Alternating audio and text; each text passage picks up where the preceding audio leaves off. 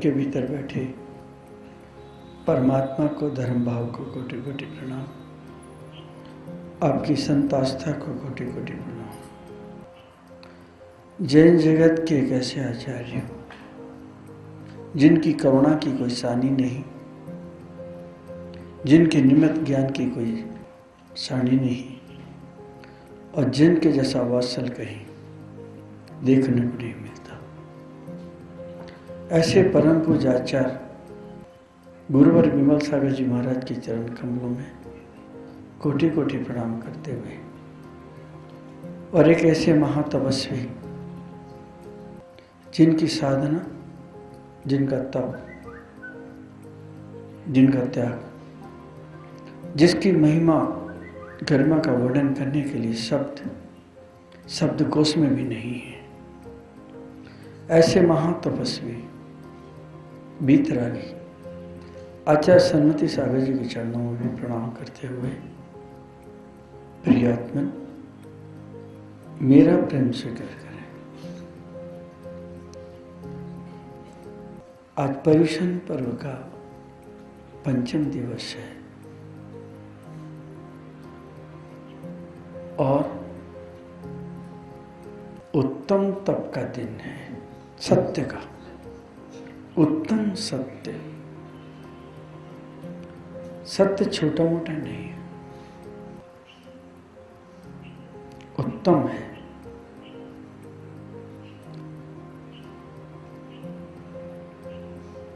कैसे समझेंगे इसे हम?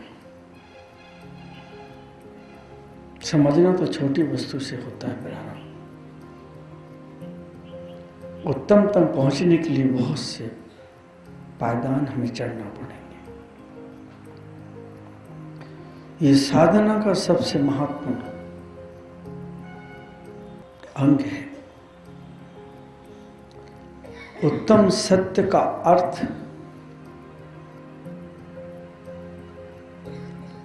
जहां चेतना में क्रोध की लहरें ना उठती हों,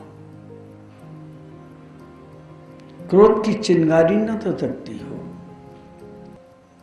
क्रोध का बड़वा नल भी नहीं फूटता हो, जहां चेतना में महत्वाकांक्षा के तूफान न उठते हों,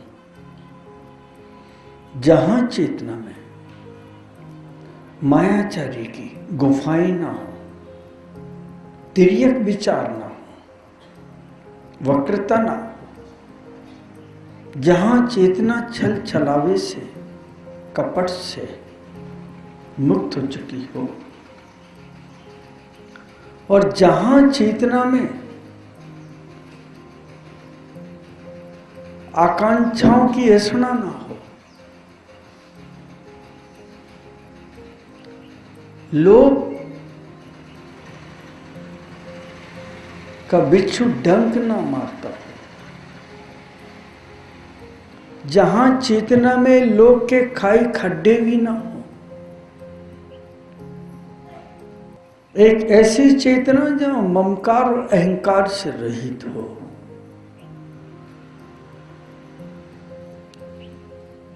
उस आत्मा के अंदर उत्तम सत्य की साधना का विचार पैदा होता है।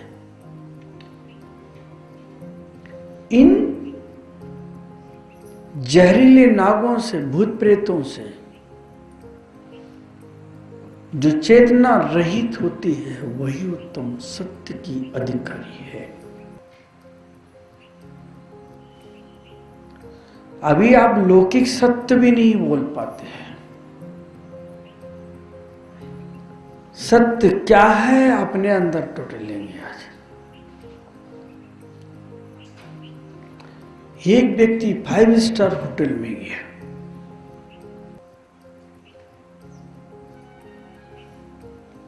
एक अप्सरा ने मेनू प्रस्तुत किया,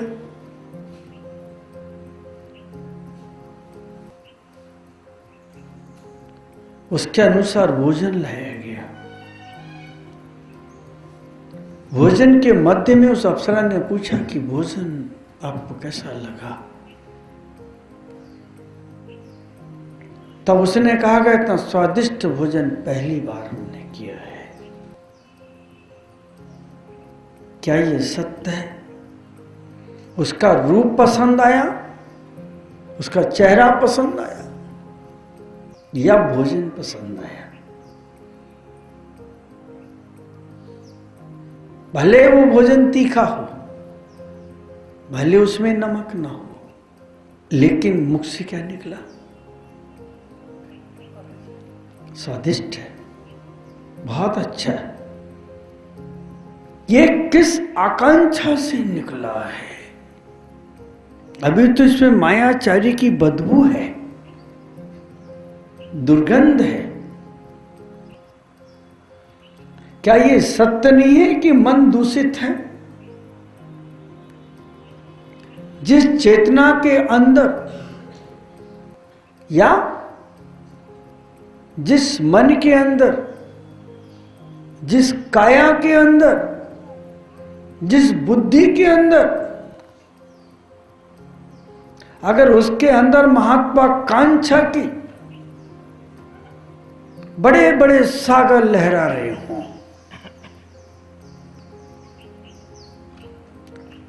जिस तन के अंदर वासनाओं की नाक डसने के लिए खड़े हों, और जिसके अंतःकरण में बड़े बड़े पदों की लालसाएं विद्यमान हो, हिमालय जिनके सामने बोना पड़ रहा हो, ऐसे चित्त के अंदर उत्तम सत्य के स्वप्न भी नहीं आ सकते हैं। तो सत्य क्या है? उत्तम सत्य क्या है? शब्दातीत है। सत्य अनुभव का विषय है, शब्दों का विषय नहीं है। और शब्दों की शीशी के अंदर सत्य की धूप को, सत्य के प्रकाश को हम कैद नहीं कर सकते, बांध के नहीं रख सकते।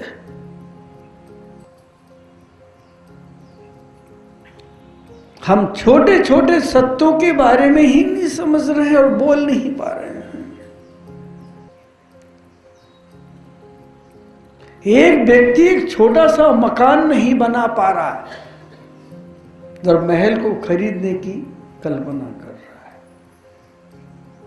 एक व्यक्ति अपने जीवन को मंगल नहीं बना पा रहा है और मंगल ग्रह पे जाने की तैयारी है उसकी। एक व्यक्ति अपने सिर की चांद पर बाल नहीं उगा पा रहा और चंद्रमा पे जाने की तैयारी कर रहा है। सत्य है। कौन सा सत्य है? आंतरिक यात्रा पर निकलना चाहता है और अपने अंतर का उसे कोई भी ख्याल नहीं है। सोचिए ना, आज कितना बढ़िया दिन है। उत्तम सत्य, जहां क्रोध नहीं, मान नहीं, माया नहीं, लोभ नहीं, वहां सत्य खाली आश्वासन देता है, इशारे करता है, विश्वास पैदा करता है कि मैं आने को तैयार हूं। और जिस दिन उत्तम सत्य आने के लिए चल पड़ता है, फिर संयम भी आएगा, तब भी आएगा, त्याग भी आएगा, किंचन भी आएगा सेवा करने के लिए। और जहां ये चार उसके मित्र उसके साथ आएंगे, उसके साथ महाब्रह्म उत्तम ब्रह्मचर्य परमात्मा आकर के विराजमान हो जाएगा। उस सत्य के लिए हमें भूमिका बनानी है, और उसकी भूमिका बनेगी पहली सीढ़ी से। प्रथम सीढ़ी, पहली सीढ़ी पर अगर पांव नहीं है तो आगे की सीढ़ी आप चढ़ नहीं सकते। पहली सीढ़ी का पायदान ही नहीं बना है तो दूसरी सीढ़ी बन ही नहीं सकती। छोटा सा उठाया हुआ एक कदम आगे जाके वही बहुत बड़ा कदम बन जाता है।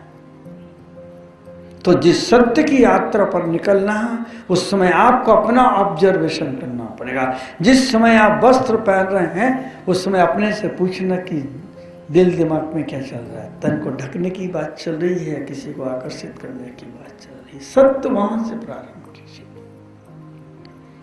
जिस समय आप भोजन के लिए निकले हैं या भोजन करने के लिए बैठे हैं और सामग्री परोसी गई, उस समय आपका पेट में डालने का विचार है या उसमें से पसंद करने का विचार है, कौन सी चीज अच्छी दिखाई, वहां से प्रारंभ कीजिए, स्वयं से। जो लोग दूसरों से सत्य की बातें सुनना पसंद करते हैं वे लोग बहुत निचले होते हैं, क्षुद्र होते हैं, छोटे होते हैं। और जो अपने अंदर सत्य को प्रकट करने का प्रयास करते हैं वही सबसे बड़े लोग होते हैं, सबसे अच्छे लोग होते हैं। छोटी सी एक घटना रख रहा हूं आपके साथ, आपको अच्छी लगेगी, फिर आप अपना ऑब्जर्वेशन करना। एक ऐसा व्यक्ति है जिसकी पत्नी ने निकाल दिया घर से। आप कहेंगे ऐसा पति नहीं हो सकता, इस युग में सब कुछ हो सकता है। जब राम अपनी सीता को वनवास दे सकते हैं तो आप किस खेत की मूली है। गर्भवती स्त्री सीता, सिर्फ लोक लाज के कारण से राम ने सीता को वनवास दिया, लेकिन विद्वेष भाव से नहीं दिया। राम जानते थे कि सीता मुझसे अनन्य प्रेम करती है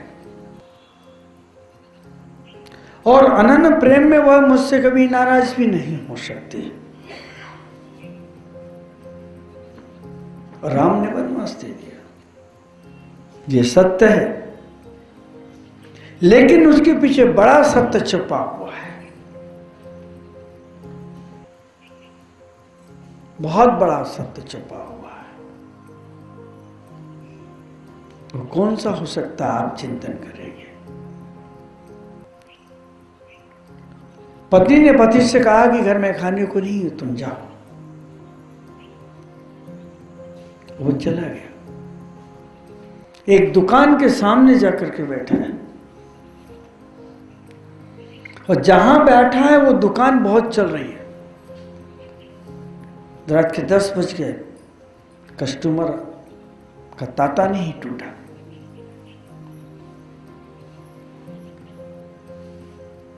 अंततोगत्ता मालिक ने कहा कि नौकरों से दुकान बंद करो। उससे पूछा कि तुम कौन हो? बोले मैं एक पति को नौकरी की तलाश में आया। मालिक समझदार था, उसने सोचा कि सुबह से आदमी बैठे हैं, आज बहुत पैसा आया है, तक कभी नहीं आया जिंदगी में। कहा उससे नौकरी करोगे? करूंगा, इसीलिए आया। क्या तनख्वाह लोगे? जो आप देंगे वो तो लूंगा, लेकिन एक शर्त मेरी रहेगी कि महीने में एक दिन झूठ बोलूंगा, सिर्फ 1 डे, आखिरी दिन। सेठ ने सोचा कि कैसा इंसान है, मैं जो दूंगा वह लेगा और एक दिन झूठ बोल के मेरा क्या बिगाड़ेगा। पैसे कम देंगे, लोभी को तो पैसे से मतलब है, झूठ और सच से मतलब नहीं है। उसके आने से व्यापार बहुत बढ़ा, उसने पहले ही महीने में करोड़ों का धंधा कर लिया। उसने कहा सेठ जी आज 29 तारीख है। बोले हाँ मुझे मालूम है, कल तेरे को तनख्वाह दूंगा। रात वो पत्नी के पास गया, उसने पत्नी से कहा कि सावधान रहना। वो तो भूल गए कि झूठ बोलना है, क्योंकि उनको तो दिख रहा था कि इसके आने से पैसा आ रहा है। पैसा ही सब कुछ नहीं है, पैसा तो सब जगह आता है, सम्मान भी आता है, सत्य आना चाहिए साथ में। उसने पत्नी से कहा कि मैं आपका नमक खाता हूं, इसलिए झूठ नहीं बोल सकता आपसे। सेठ जी आजकल फिसल गए, तो आपने देखा होगा कि रात को लेट आते हैं घर पे। बोले हाँ कुछ दिन से महसूस करें। बोले वो दूसरी जगह जाने लगे आजकल। किसी का कान भरने में कौन सी देरी लगती है। मंदिर में अगर नई बहू पहुंच जाए तो सासू साथ लेके जाती है। उसको मालूम है कि ये मंदिर भगवान का नहीं है, चुगलखोरों का है। हाँ हाँ, पहले तो पानी भरने जाते थे कुओं पे और नदियों के घाट पर चले जाते थे, सब वही निकाल आते थे। अब कहाँ जाए। सासू विश्वास नहीं करती। वहां अगर मौका मिला उसने इतने कह दिया कि सासू बहुत जल्लाद है, बच के रहना। बस वो उसके धारणा में आगे। सासू जब भी उसके पीछे आएगी तो समझेगी ये वास्तव में चल रही, पूर्वाग्रह से ग्रसित हो गई है। उसके मन में एक शंका भर दी गई। और ये सत्य है कि हम कितने दूसरों पर विश्वास करते हैं और हम अपनों पर कितनी शंका करते हैं। पहले इस सत्य का निर्णय करो, फिर धार्मिक सत्य का निर्णय करना। इस सत्य तक तो पहुंचो। अगर हम किसी स्कूल में है, पढ़ा रहे हैं, तो हमें दूसरे के ऊपर शंका होगी, अपने ऊपर नहीं होगी। क्यों? क्योंकि हम झूठ के पुतले हैं। सच भी बोलने जाएंगे तो झूठ ही निकलेगा। उसने भर दिया और बोले इसका प्रमाण है। क्या सेठ देर से आए तो देख लेना आप।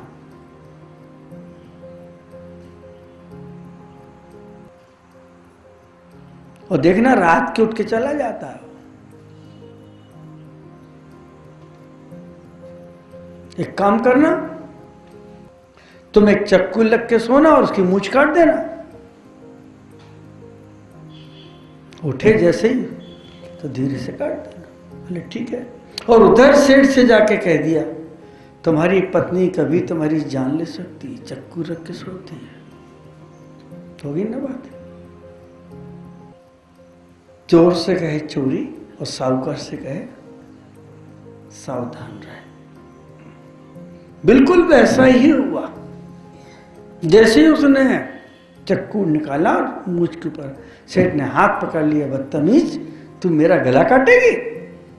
उसने कहा बदतमीज, तू दूसरे के पास जाएगा? सुनो, बिना सिर पैर का सत्य है, कुछ नहीं इसमें। और बहुत लड़ाई बड़ी तो उसने कहा सेठ जी मेरा नियम पूरा हो गया। एक झूठ जान लेने पे तुल गया। यह है। अब हम चलते हैं सत्य की ओर। पहले ये देख ले कि उत्तम सत्य की तैयारियां कैसी हों, जिसमें क्रोध का कालापन और क्रोध का केवला और क्रोध की धधकती हुई अग्नि ना हो। दूसरी शर्त, जहां अहंकार ना हो। मैं तपस्वी हूं, मैं वक्ता हूं, मैं षट रस का त्यागी हूं, मैं बहुत बड़े संघ का आचार्य हूं, मेरे पीछे लाखों की भीड़ चलती है, मेरे चाहने वाले मेरे भक्तों की बहुत बड़ी भीड़ मेरे पास उपस्थित रहती है। मैं चाहूं तो लाखों करोड़ों का चंदा एकत्र कर सकता हूं। ये मान भी नहीं होना चाहिए। ये मद है। ये भी मोक्ष मार्ग में काम का नहीं है। जाति का मद ना हो, कुल का मद ना हो, धन का मद ना हो, तप का मद ना हो, त्याग का मद ना हो, विद्या का मद ना हो, वैभव का मद ना हो, रूप लावण्य का मद ना हो। कोई भी मद अगर शामिल हुआ तो तब खंडित हो जाएगा, साधना खंडित हो जाएगी। इसलिए पहली शर्त है क्रोध, मान, माया, लोभ ना हो और साथ में सम्यक ज्ञान का दीपक जल रहा हो, समझ का, विवेक का दीपक जल रहा हो,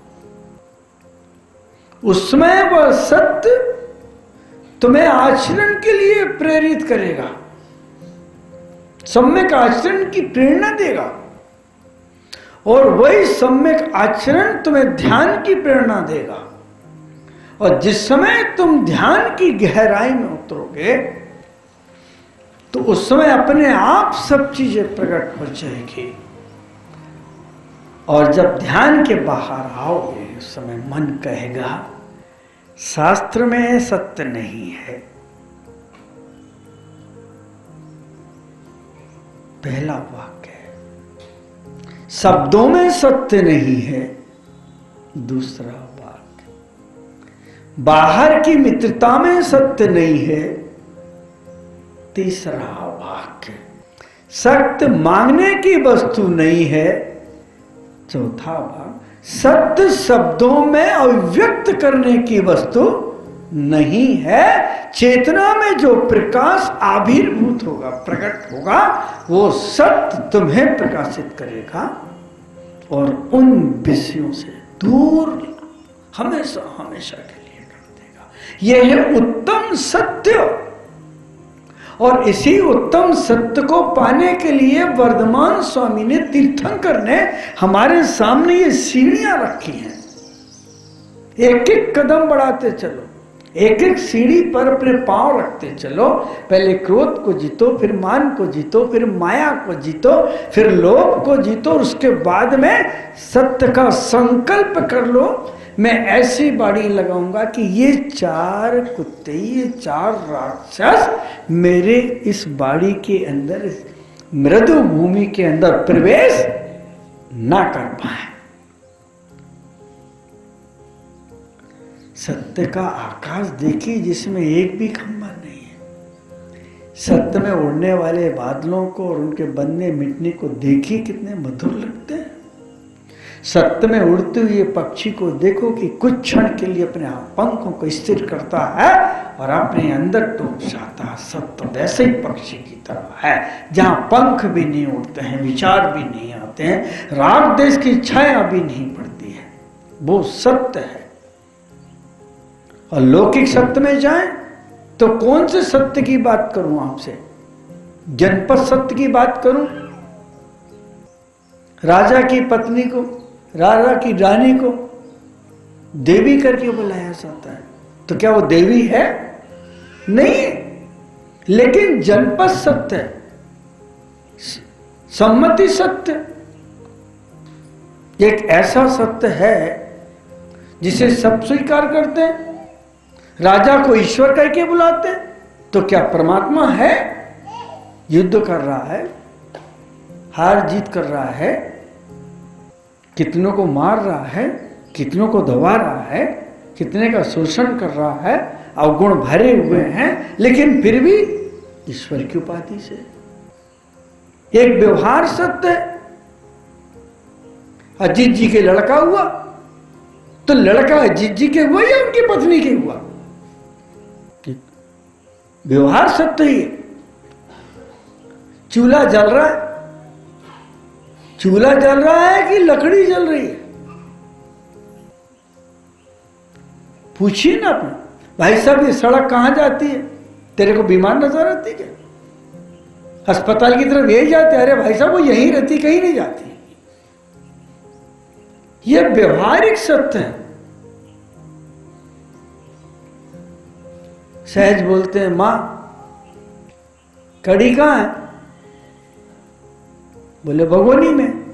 तो कड़ी भगोने में गए? कड़ी माने बाहर, और वो तो भगोनी में। ये कौन सा सत्य है? बस को गाड़ी कहते हैं। को गाड़ी है क्या? वो तो चल रही है। लेकिन क्या कह रहे हैं आप? हम ही लोग कहीं जाते हैं, बोले मुनि संघ आ गया, आचार संघ आ गया, तो क्षुल्लक आचार है? नहीं है। लेकिन ये व्यवहारिक सत्य है। मेरी आत्मा पिघल गई, तेरी आत्मा बर्फ की थी क्या? नहीं बोलते। पानी गिरता तो बोले छत टपक रही है, पानी टपक रहा है। अब किसी का नाम रख दिया शेर सिंह, नहीं कुत्ते से डरता है। आपको लगता है इनको चूहे से डर लगता है। अब नाम क्या? नाम है क्षमा भाई, दिन भर क्रोध कर रही है ना? अद्भुत है ना? ये जनप्रिय सत्य हैं, लोक सत्य हैं, प्रचलन के सत्य हैं, व्यवहार के सत्य हैं। अब डॉक्टर की पत्नी को कहते हैं डॉक्टर नहीं भाई, जानती कुछ नहीं। ये लोक व्यवहार के हैं क्योंकि इनके संबोधन के माध्यम से हम व्यक्ति को बुलाते हैं, काम चलाते। लेकिन इन सत्यों से परे भी एक सत्य है जो शब्दातीत है, और महत्वपूर्ण वही शब्द है जो संयम के साथ आता है। आप अपने आप का ऑब्जर्वेशन करना, बहुत अच्छा करना। कुछ चिंतन के सूत्र दे रहा हूं आपको अभी मैं। आपका मन हमेशा सोचता कि बहुत सुंदर कोठी हो, एक बार एकांत में हो, 2 बार बहुत सुंदर गार्डन हो, 3 बार 2-4-6 बड़ी बड़ी गाड़ियां खड़ी हो, 4 बार 4-6 अच्छे नौकर हो, 5 बार अच्छा सा स्विमिंग पूल हो। ये आपकी कल्पनाएं हैं। लेकिन कभी आपने सोचा कि मेरा आचरण बहुत अच्छा हो, मैं कभी मुनि बन के निकलूं, मैं कभी ध्यान की गहराई में उतरूं, कभी मैं अपने आप को जान सकूं, अपने आप को पहचान सकूं। ये भावना क्यों नहीं आती आपके अंदर? जो चीज आना चाहिए वो तो नहीं आ रही। अभी आप मल के ऊपर पांव रखने से डरते हैं, डरेंगे। जहां से दुर्गंध आ रही वहां से बच के निकलेंगे। लेकिन तुम्हारे अंदर से कामनाओं, वासनाओं, क्रोध, मान, माया की इतनी दुर्गंध है और इतनी गंदगी है, तुम उससे बाहर निकलने का प्रयास नहीं करोगे। यह सत्य है। अपने आप से बात करें। आप जो कुछ भी कर रहे हैं वो सब अध्यात्म की अपेक्षा असत्य कर रहे हैं। आत्मा के अनुकूल जहां पर भी आचरण नहीं है वो सब असत्य की कोटि में है। आत्मा के अनुकूल अगर तुम शब्दावली भी उपयोग नहीं करते हो, साधु बनने के बाद भी नहीं करते हो, वहां अध्यात्म की अपेक्षा से असत्य से भी बदतर शब्द है। स्थूल मलिकम न वदति। ऐसा सत्य कभी मत कहना जो दूसरों की जान लेता हो। झूठ से बदतर है वो, क्योंकि उसमें तुम्हारा इंकार छुपा है। इस व्यक्ति को मिटा के छोड़ूंगा। वह झूठ सत्य से अच्छा है जो किसी को बचाने के लिए और ऊपर उठाने के लिए बोला जाता है। हम अब विश्लेषण करके देख लें कि हम जितना भी कर रहे हैं, कहां कर रहे हैं, कितना कर रहे हैं। उसकी पत्नी ने कहा कमा के लाओ।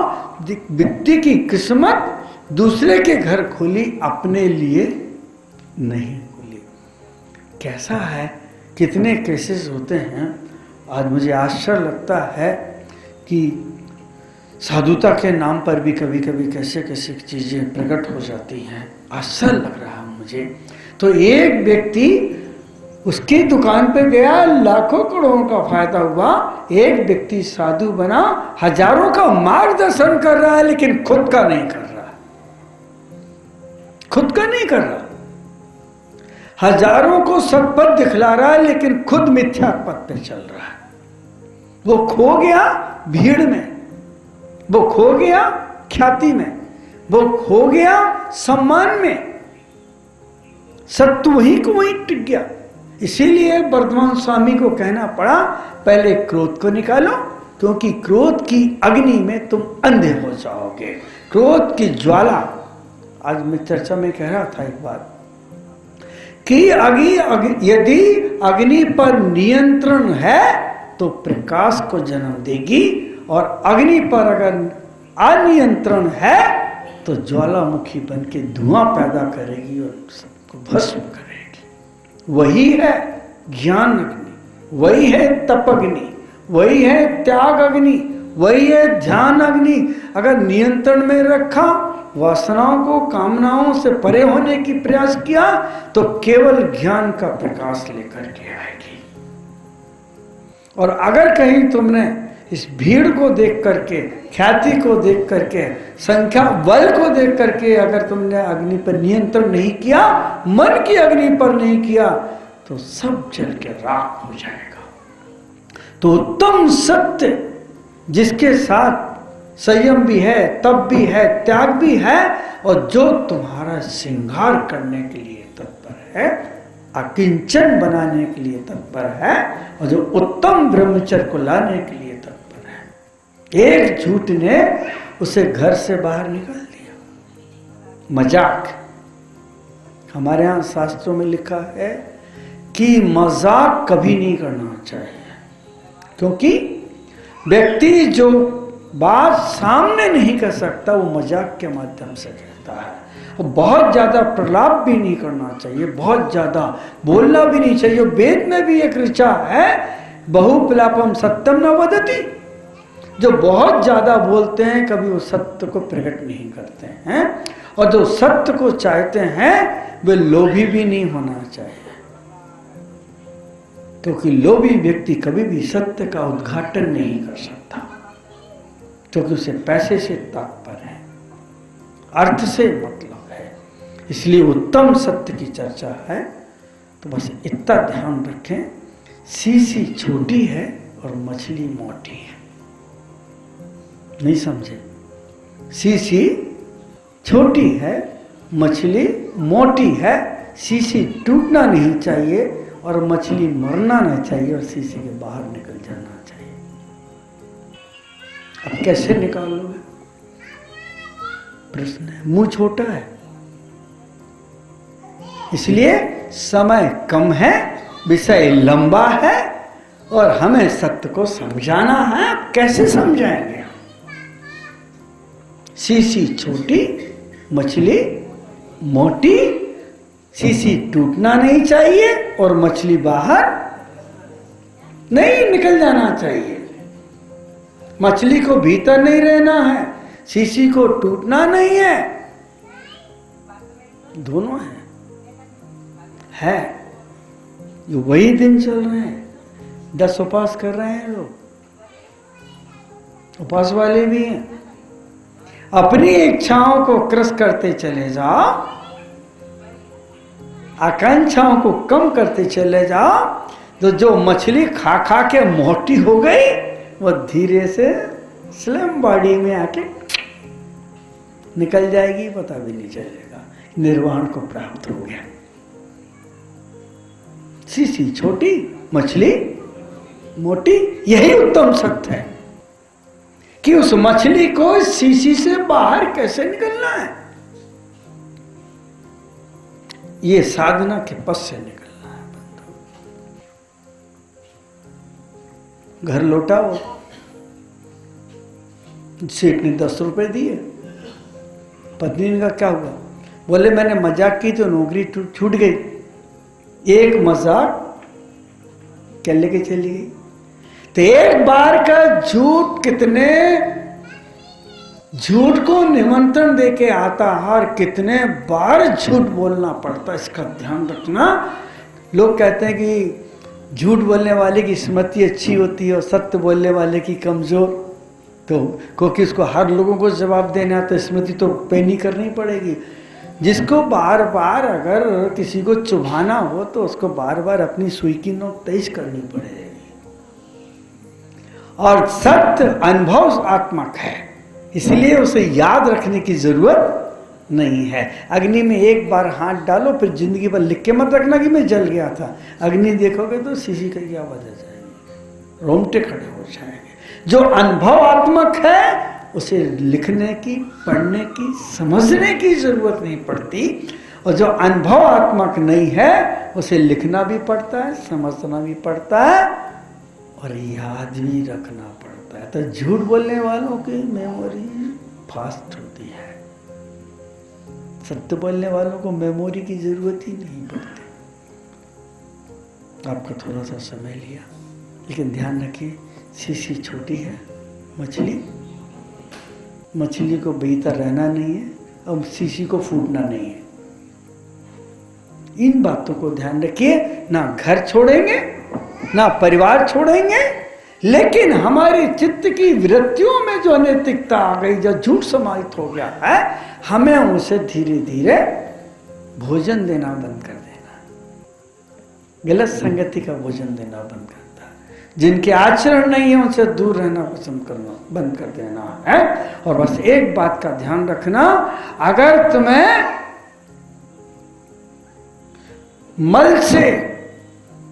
मल की दुर्गंध से घृणा होती है तो अपनी गलत आदतों से पहले घृणा करना। अगर तुम्हें गलत व्यक्ति पसंद नहीं तो अपनी गलत आदत पर भी ध्यान रखना कि ये गलत आदत मुझे ले डूबेगी। अगर गलत व्यक्ति पसंद नहीं तो गलत आदत भी जिंदगी में मत रखना। और अगर तुम्हें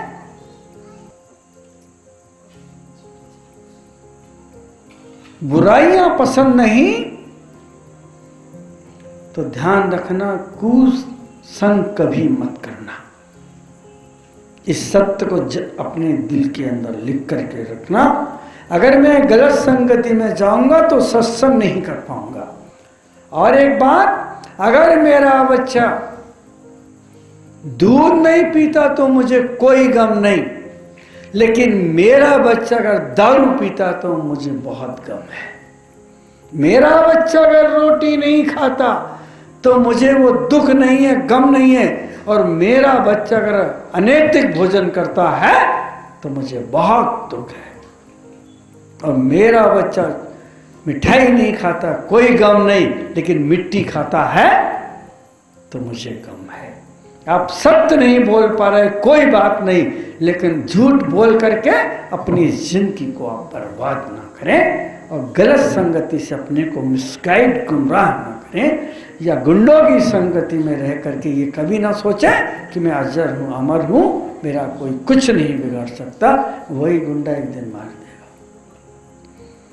निवेदन है, नागिन से दोस्ती कर लेना, शेर से दोस्ती करना, उसके साथ खेलना, लेकिन गलत आदतों वालों के साथ कभी मत रहना,